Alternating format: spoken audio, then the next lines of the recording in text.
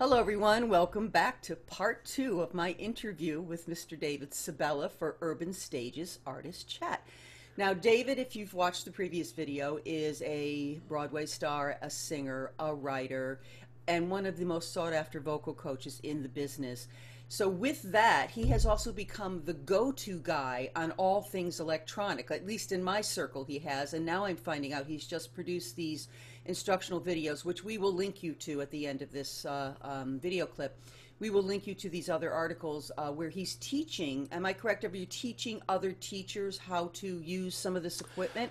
In the videos, yes, yeah, And in making videos. So yeah. tell us about what are your recommendations for the basic equipment that someone like me, who just maybe wants to put a video out and sing once a week, versus what a teacher might need in terms of the MIDI system and the piano and how I know there's a Right, sound issue that happens because of sound having to go one way, and right, if someone's right. playing in a room and you're singing, it's going two ways. So I'm just going to leave it off to you to just talk to us a little. Well, thanks. I think the difference is whether the video is the session is professional or hobbyist. We've seen lots of great, I mean, really great artistic contributions from singers who are just playing a track in the background and they're singing into their iPhone and it's gorgeous and it's a Facebook Live, whatever. Great, please keep doing that because everybody needs to hear that. For teachers, for collaborative pianists, music directors who want to work with uh, singers in real time, right? And that's our whole community is a singer getting together with a collaborative pianist or music director and creating an arrangement and creating something new. That Just running world, a tune, just running a running it, tune is yeah, the most difficult thing because of that time lag issue. right. So that world seemingly has been decimated. Well, we just have to build back up from the ground up with our technology. And my mantra is technique plus technology, right? You could have the best performance technique in the world, but if you don't have the technology to deliver it in an online format, no one's going to hear it. And you could have all the technology in the world, but if you don't have a solid performance technique, no one is going to care, like really. So you need to have both the great technique and substantial technology to make that happen. So, what is substantial technology, right? From the ground up, let's talk about your internet service. Okay, one, it's got to be high speed, and you have to be getting the speed you're paying for, and maybe getting more speed than you know you need, right? So, internet companies will throttle the speed on you, especially the upload speed, because they think what you really want to do is download. Download Netflix, download iTunes. They throttle the upload so that you can have more download. Well, here we are now in a video conferencing world where you need a lot of upload speed. So you have to call your company and go, hey, I need a little bump up and I need more upload speed. Okay.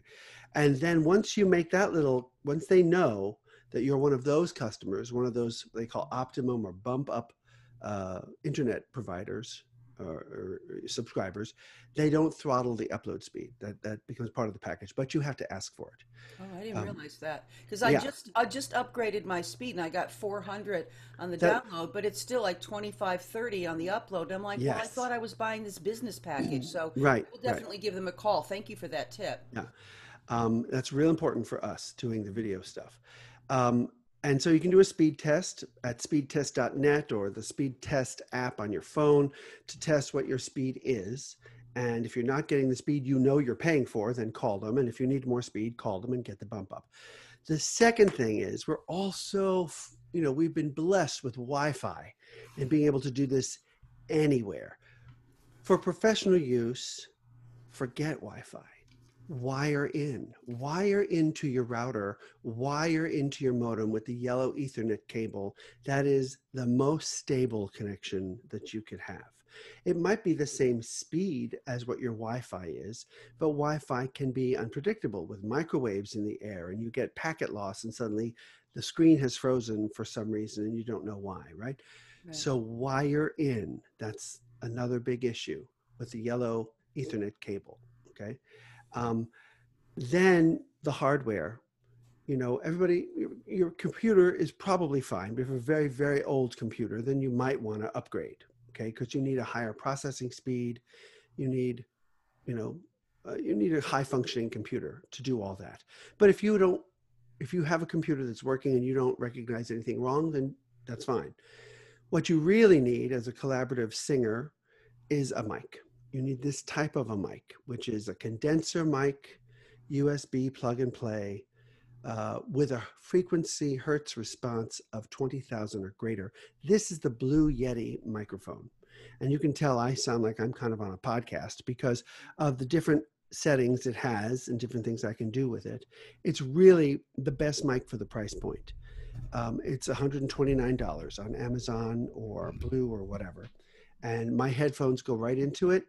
And so it becomes a little mixer for me that I can hear myself and I can hear you and I can hear anything else being played through this microphone, through the mixer.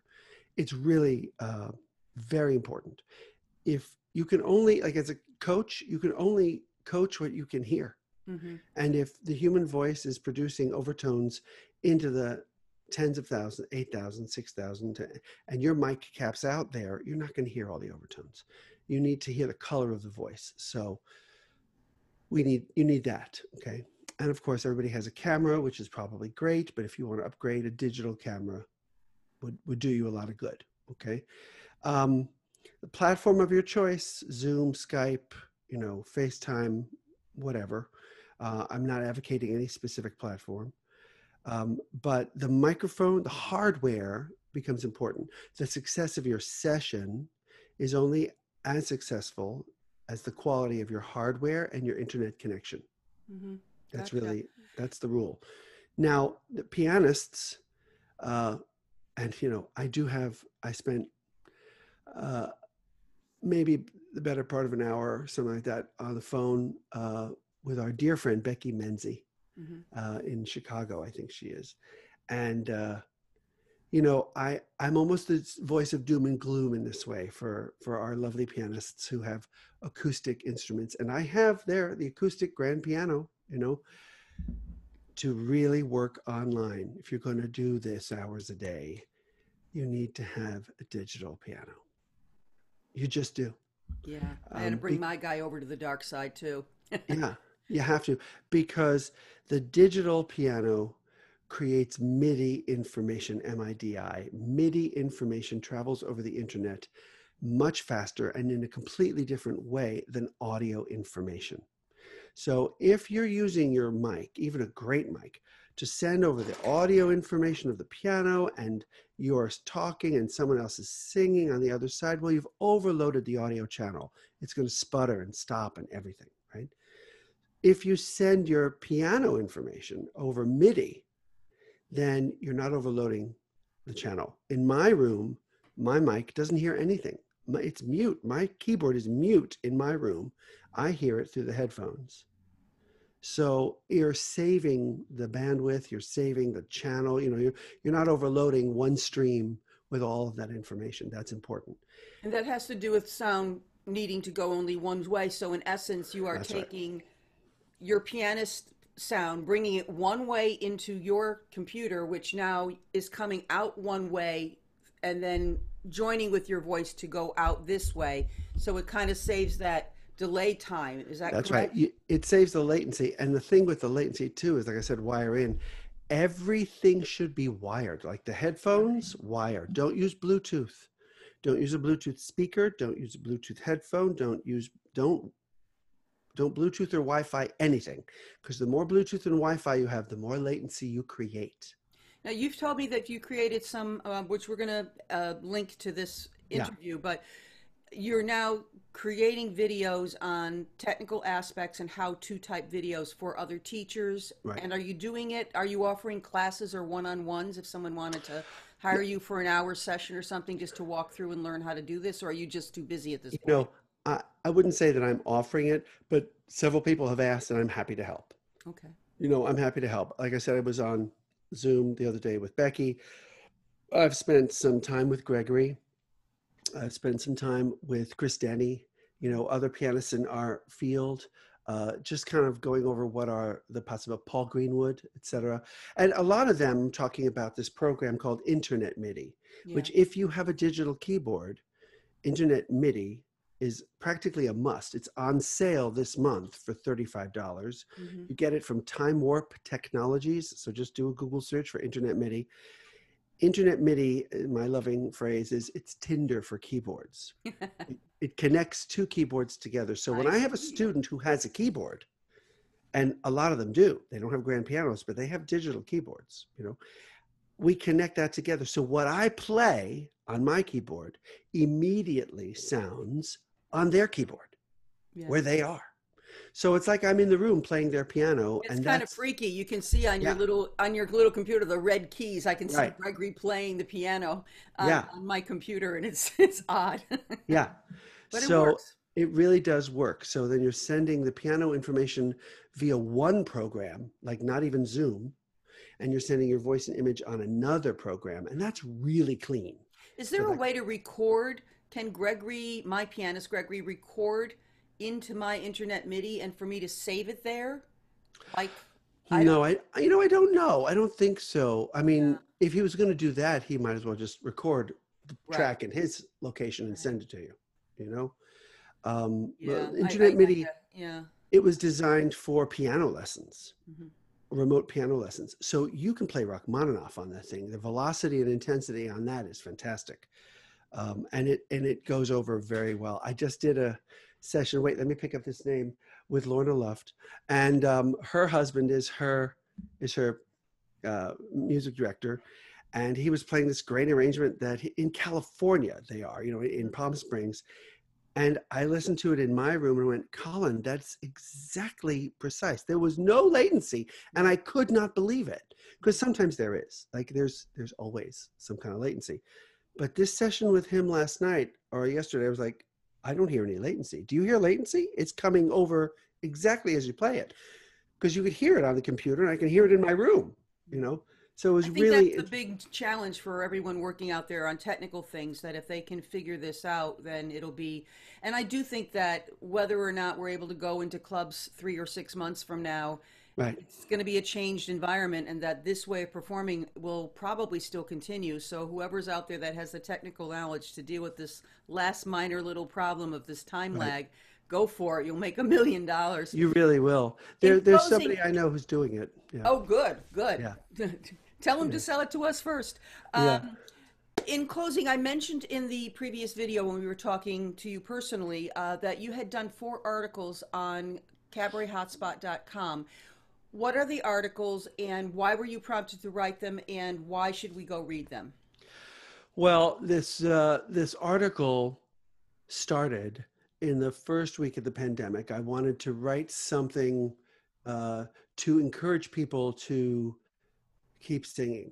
One of the other things you asked me in the last interview about my mentor, one of the best things she ever said to me, she was also the same person who said, remember that after World War II, one of the first things to be built back up in Europe were the opera houses, Mm-hmm. because the country, the citizenry, the people needed to have their morale lifted. They needed the entertainment. They needed to have that food for the spirit. So the theaters were one of the first things actually to be built back, and how important that is. And during 9/11, the day after 9/11, I wrote an email that basically said that, and it went viral, and trying to inspire people. So this article along those lines was first inspiring people why we keep going when it doesn't seem like we should or can keep going. And the article grew. It ruminated in my mind for a good 4 weeks, and it kept growing. And as it grew, it got cumbersome. And I realized, oh, there's more than one article in my head. Mm-hmm. So I began to put them down as a series of 4 articles. So the first one was the inspirational why and how, should we do this now? What's going on in our mental capacity to be able to carry on? The second one, I think, is the more how to, right? God, Right, I with forget. clips of technical people doing Right, different types, the choir things and the singular things. Yeah.